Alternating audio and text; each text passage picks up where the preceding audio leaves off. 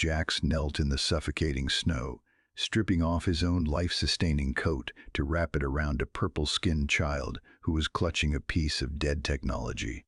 The wind on Krios 9 didn't just bite, it looked for bone. He ignored the alarm blaring from his own wrist comp, warning of rapid core temp drop. Jax looked into the boy's wide, amber eyes and wondered if they would both be ice by morning. How much is a life worth when you've already lost everything that mattered? Subscribe and join us as we follow Jax through the whiteout to see if redemption can survive the cold. Now, the storm was just beginning. 3 days earlier, the hardest decision Jax had faced was whether to skip breakfast. He had spent the morning in the cramped, oil-stained hull of a freighter, wrenching a stubborn fuel manifold back into alignment. It was quiet. It was safe. And most importantly, it was lonely. Jax liked the silence.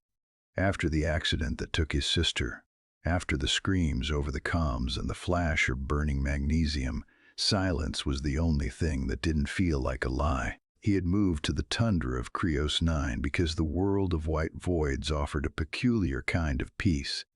People didn't come here to build things. They came to be forgotten. The gale began as a low whistle against the corrugated metal of his workshop. He was a man who had mastered the art of listening to silence until a child's cry broke it.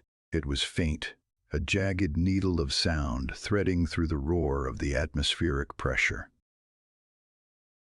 Jax froze. His hand, calloused and scarred from years of mechanical labor, hovered over a soldering iron. He told himself it was the wind. Krios 9 was famous for its auditory illusions, the way the ice shelves groaned like dying beasts. But then it came again. High, thin, terrified. Jax stepped to the viewing port.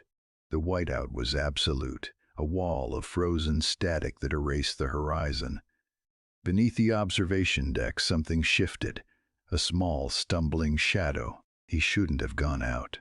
The local Thalassians were wary of Terrans, and the Terran authorities were even warier of anyone drifting outside the colony's designated heat grids. But Jax was already reaching for his thermal pack. He didn't think about his sister. He didn't think about the flight logs he'd faked, or the rescue he'd failed to pull off 5 years ago. He just felt the sudden, violent need to stop that sound, which meant the readings were wrong. He realized it the moment he stepped into the gale. The storm wasn't just a level 4, it was a localized vortex. He pushed forward, his boots sinking calf-deep into the powdered frost. In a world of white voids, the faint blue pulse of a dead ion cell was the only map he had. He found the boy huddled in the lee of a jagged obsidian outcropping. The child was Thalassian, perhaps 7 years old, his skin a deepening shade of bruised indigo. He wasn't crying anymore. He was just shivering, his fingers locked around a cracked lumen core that pulsed with a dying, sickly light. The boy's breathing was shallow, a rhythmic rattling that Jax recognized with a sickening lurch of the heart. Which of us would be brave enough to step into the dark for a stranger? We'll be here tomorrow with the rest of the story, but for now, the frost is closing in. Jax didn't hesitate. He fell to his knees, the ice slicing through his trousers. He began to peel back his own heavy layers. Every snap of a fastener felt like a death sentence, but he didn't stop until the boy was bundled in the heated wool of his inner lining. Jax hauled the boy through the whiteout, his own breath coming in ragged, crystalline shards. Every muscle screamed as the cold began to leach the strength from his marrow. He focused on the boy's weight, a small, heavy anchor against the wind that tried to pull them both into the void. The Thalassian shelter appeared like a jagged tooth of rock against the gray sky. Jax didn't knock.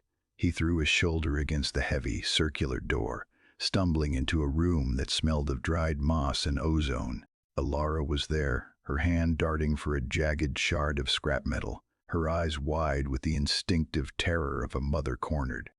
Jax didn't speak. He couldn't.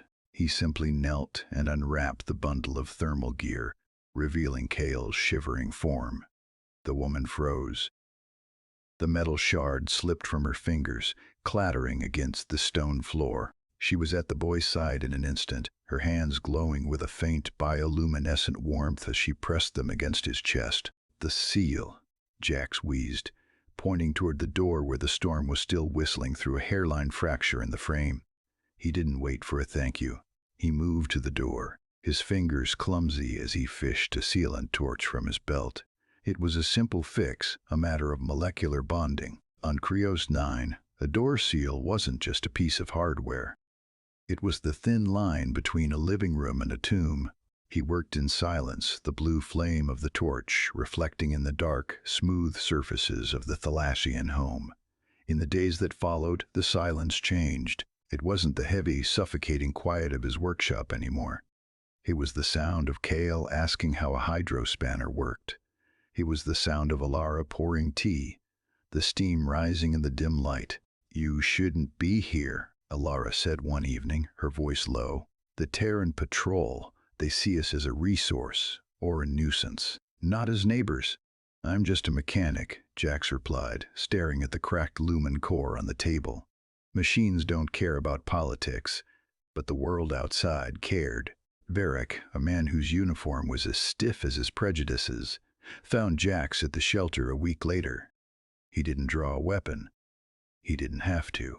He just stood in the doorway, the light of the moons catching the silver bars on his shoulders.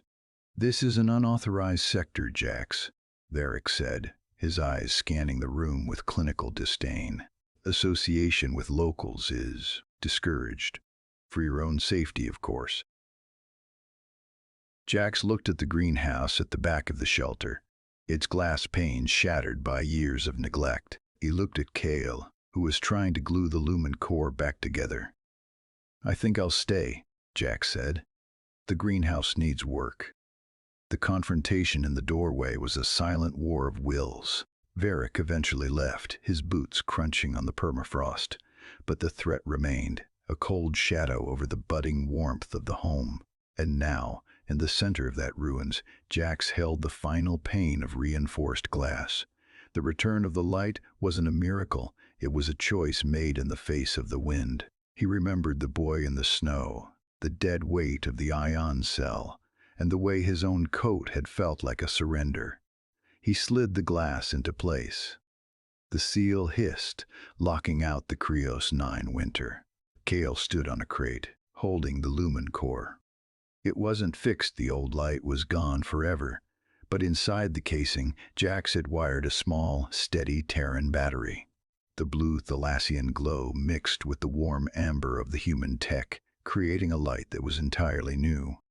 The boy placed the lamp on a central pedestal. As the first seeds of the Krios spring began to stir in the thawed soil beneath them, Alara reached out, her hand finding Jax's. Her skin was cool, his was scarred. But together they watched the shadows retreat. The cracked lumen cores sat on the table next to Kale's new invention, signifying that while the old light was broken, a new kind of warmth had been built. "Do you believe a home is defined by the walls we build, or the people we let inside them?" We'll be back tomorrow with another tale of the stars.